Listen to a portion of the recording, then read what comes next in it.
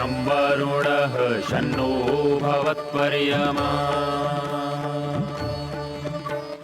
शन्न इन्द्रो बृहस्पतिः शन्नो विष्णुरुक्रमः ॐ शान्ति शान्ति शान्तिः।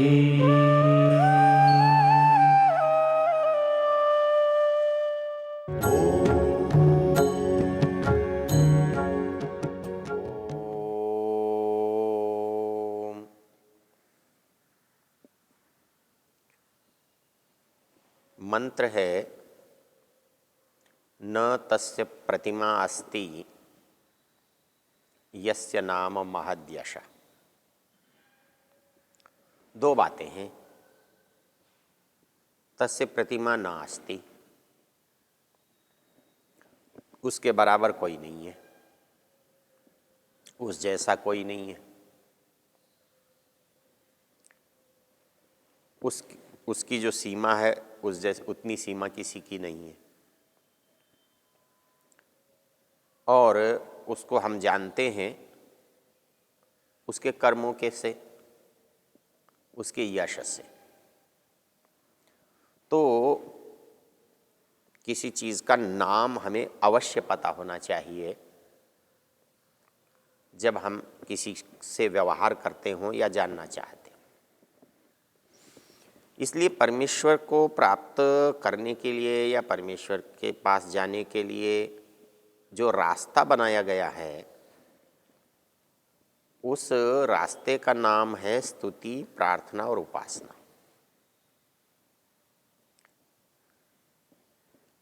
इसको समझने के लिए आप ऐसे समझ सकते हैं, जो हमारा वेद है, वेद के 4 भाग हैं, उसके 4 विषय हैं।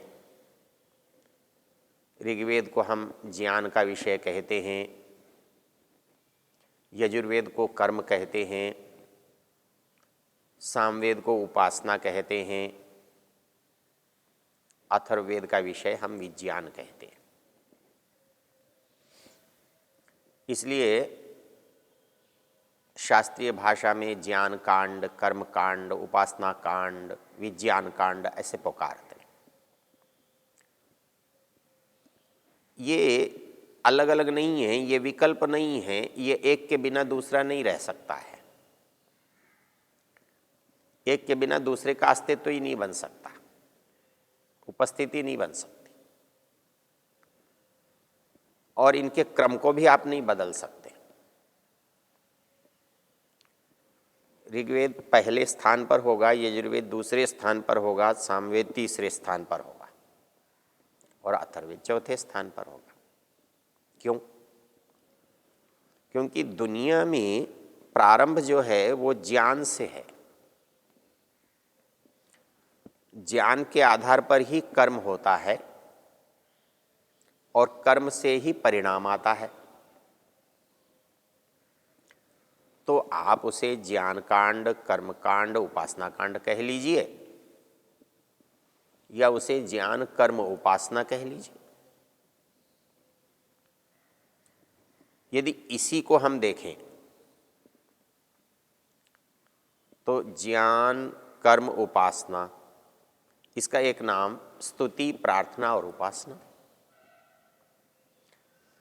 तो ज्ञान क्या है? स्तुति। कर्म क्या है? प्रार्थना। और हमारे पास उपासना क्या है? परिणाम। तो ज्ञान कर्म उपासना, ये जो तीनों चीजें हैं ये एक ही क्रम से चलती हैं। इनको आप बदल नहीं सकते, एक के स्थान पर या आगे पीछे भी नहीं कर सकते।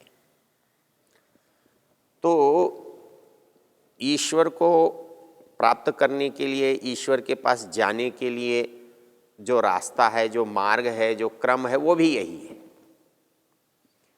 पहले स्तुति, फिर प्रार्थना और फिर उपासना। अर्थात ईश्वर की आप पहले उपासना नहीं कर सकते। यदि ये कोई कहता है कि मैं ईश्वर की उपासना करता हूँ और बिना प्रार्थना या बिना स्तुति के, तो संभव नहीं होगा। स्तुति के बिना प्रार्थना भी संभव नहीं है। तो ये क्रम है स्तुति, प्रार्थना, उपासना। इसकी क्या विशेषता है? इसकी विशेषता ये है कि हम जब भी कहीं स्तुति करते हैं किसी की भी, चाहे मनुष्य की करते हों, चाहे देवता की करते हों, परमेश्वर की करते हों, किसी महापुरुष की करते हों, तो हम देख सकते हैं कि स्तुति में होता क्या है। किसी भी स्तोत्र को आप उठाकर देख सकते हैं, हनुमान चालीसा देख सकते हैं, देवी स्तोत्र देख सकते हैं, श्री कृष्ण स्तोत्र देख सकते हैं, राम का स्तोत्र देख सकते हैं। तो सारे स्तोत्रों में क्या होता है? उसका परिचय होता है, उसके गुण होते हैं, उसके कर्म होते हैं, उसका स्वभाव होता है। तो ये जो गुण कर्म स्वभाव बताया गया है उसको हम स्तोत्र कहते हैं। तो अर्थात जिसमें स्तुति की गई है उसको स्तोत्र कहते हैं। तो स्तुति क्या हुई उसके बारे में जानना, उससे कुछ जो हम योग्यता उसकी है देने की, पाने की, उसको पहचानना, उसके लिए कहना। तो एक अर्थ इसका ये बना कि स्तुति का अर्थ होता है परिचय, या स्तुति का अर्थ होता है ज्ञान। वहाँ ज्ञान कर्म उपासना में ज्ञान पहले है, और यहाँ स्तुति प्रार्थना उपासना में स्तुति पहले है। तो ये जो प्रार्थना और उपासना है ये कब होगी? जब पहले हमें स्तुति मालूम हो, हमने पहले स्तुति की हो। तो स्तुति का अर्थ सीधा सा यदि संक्षेप में समझने की दृष्टि से लिया जाए तो इसका अर्थ होगा परिचय। अर्थात किसी भी स्तोत्र में उस देवता का परिचय होता है। वो श्री कृष्ण का हो, वो रामचंद्र जी का हो, हनुमान जी का हो, जिस किसी का भी हो, गणेश जी का हो, उस स्तोत्र में हम देखेंगे कि उस देवता का उसमें परिचय है। तो जब हम ईश्वर की स्तुति करेंगे तो उसका अर्थ होगा हमें ईश्वर का परिचय। यहाँ एक छोटा सा तथ्य ध्यान में रखने की बात है, और वो छोटा सा तथ्य है, स्तुति का अर्थ परिचय होता है। तो परिचय कहाँ तक सीमित है? परिचय कौन से शब्द हैं जो परिचय देते हैं, परिचय कराते हैं? बहुत सामान्य चीज़ है। किसी भी व्यक्ति से पूछो जी आपका परिचय पत्र है, तो कहता है दिखाइए क्या है उसमें। तो किसी भी परिचय पत्र में क्या होता है आप उसको निकाल कर देख लो। उसका चित्र लगा होगा, उस पर उसका नाम लिखा होगा, उसका पता लिखा होगा, उसका कोई काम लिखा होगा। आप वैसे बड़ा परिचय चाहेंगे तो फिर आपको जीवन चरित्र लिखना पड़ेगा, पढ़ना पड़ेगा। लेकिन संक्षेप में जब बात करेंगे तो 3 बातें आपको परिचय के लिए पर्याप्त हैं। अर्थात आप जिस वस्तु से परिचित होना चाहते हैं उसका नाम क्या है, आप जिस वस्तु से परिचित होना चाहते हैं उसका स्थान क्या है। आप स्थान कहते हैं, धाम स्थान को कहते हैं। और तीसरी चीज है, जिस वस्तु से आप परिचित होना चाहते हैं उसका कार्य, काम क्या है। अर्थात एक वस्तु से परिचित होने के लिए तीन बातों की आवश्यकता है। उसका नाम है, धाम है, काम है। अर्थात उसका नाम क्या है यदि आप जानते हैं तो आप उससे परिचित हैं। वो वस्तु, वो व्यक्ति कहाँ है, कहाँ पाई जाती है, कहाँ मिलती है, कहाँ रहती है, तो आपको पता लग जाएगा कि आप उसके परिचित हैं। आप ये जानते हैं कि वो कहाँ क्या काम करता है तो आप उसके परिचित हैं। आपसे कहते हैं कि आप देवदत्त को जानते हैं, बोले हाँ जी जानता हूँ। क्या, कैसे जानते हैं? कि वो उस गली में रहता है। मैं देवदत्त को जानता हूँ, कैसे जानता हूँ? कि वो मेरे साथ दफ्तर में काम करता है। मैं देवदत्त को जानता हूँ क्योंकि इस नाम का आदमी मैंने देखा है, मेरे पास रहता है। अर्थात किसी को जानने के लिए, किसी से परिचित होने के लिए, किसी की स्तुति करने के लिए मुझे तीन बातों की आवश्यकता होती है। अर्थात मैं उसका नाम जानता हूँ, मैं उसका स्थान जानता हूँ और उसके काम से, व्यवहार से परिचित हूँ, वो क्या करता है। यदि तीन बातें किसी के विषय में मुझे पता हैं तो सामान्य रूप से मैं कह सकता हूँ कि मैं उस व्यक्ति या वस्तु से परिचित हूँ। मैं उस व्यक्ति का नाम जानता हूँ, मैं उस व्यक्ति के स्थान को, रहने को, स्थान को जानता हूँ और मैं उस व्यक्ति का जो कार्य है जिसको वो संपन्न करता है, उसकी जो योग्यता है, उससे परिचित हूँ। तो इसी तरह से यदि हम चाहते हैं कि हम ईश्वर से परिचित हों, ईश्वर के बारे में हमको कुछ जानकारी हो, तो ये तीन बातें हमें उसके बारे में भी जाननी होंगी। उसका नाम क्या है,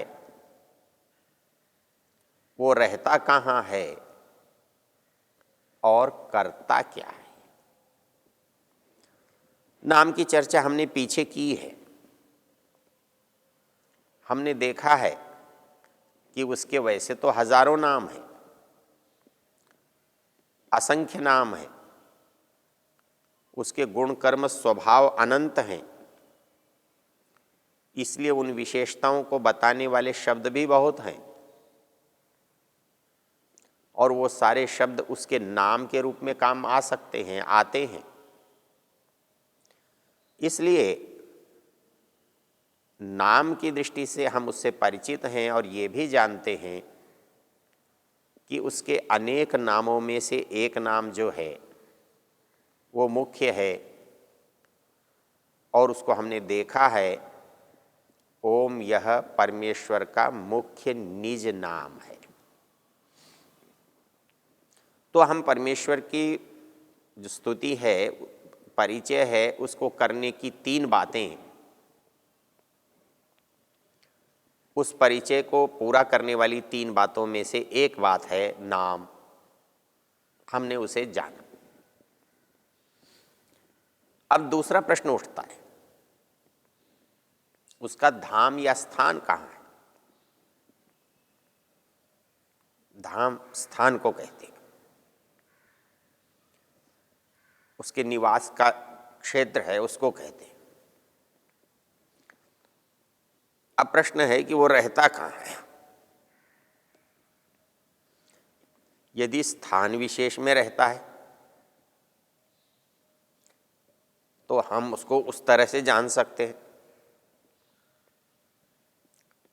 जैसे कहते हैं कि विष्णु जी कहाँ रहते हैं, वैकुंठ में रहते हैं।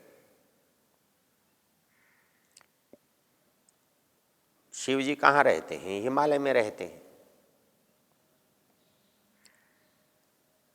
ब्रह्मा जी कहाँ रहते हैं, क्षीर सागर में रहते हैं। तो हर देवता का स्थान है। तो जो ये देव है, जिसको हम परम देव कहते हैं, महादेव कहते हैं, ईश्वर कहते हैं, इसका भी स्थान होना चाहिए।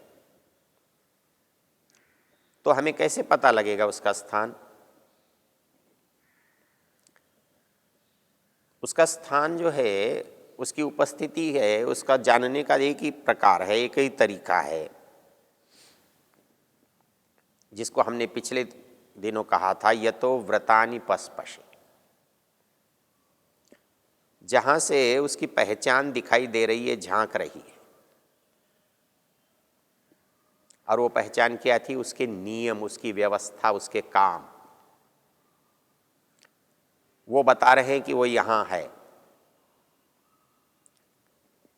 वो वहाँ है क्या पता, जो काम कर रहा है उससे पता लगता है कि वो यहीं है, क्योंकि एक नियम है। काम हो रहा है तो निश्चित रूप से करने वाला वहाँ होगा। कर्ता के बिना क्रिया नहीं होती। यदि कहीं कार्य हो रहा है तो निश्चित रूप से उसका कर्ता भी वहाँ पर है। तो उस कार्य से हम उस कर्ता को जानते हैं। हम यदि ये मान लें कि वो किसी स्थान विशेष में रहता है तो उसकी क्रिया भी सीमित हो जाएगी, उसकी शक्ति, उसका ज्ञान भी सीमित हो जाएगा। लेकिन देखने से, अनुभव करने से हमें पता क्या लग रहा है? अनुभव करने से ये पता लग रहा है कि उसकी क्रियाएं सर्वत्र व्यापक हैं, सर्वत्र होती हुई दिखाई दे रही हैं। उसके नियम सर्वत्र चल रहे हैं और उसके नियम ही बता रहे हैं कि वो यहाँ है, विद्यमान है। नियम है, नियामक है, नियंता है, व्यवस्था है, व्यवस्थापक है, क्रिया है, कर्ता है।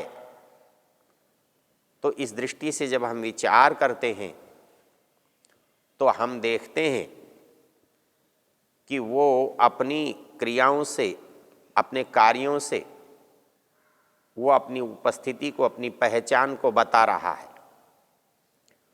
तो वो ये जो पहचान है, ये जो कार्य है, वो जहाँ जहाँ हो रहा है वहाँ वहाँ उसकी उपस्थिति है, वही उसका निवास है।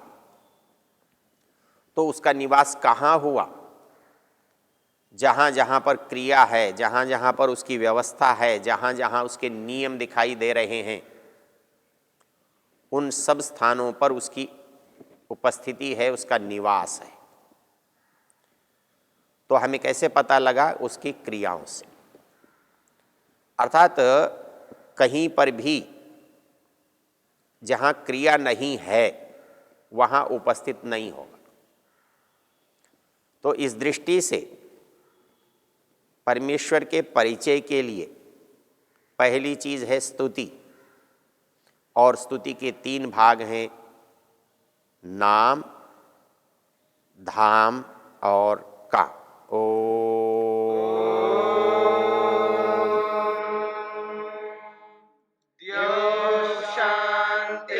शांतिरंतरिक्षं शांतिर्पृथिवी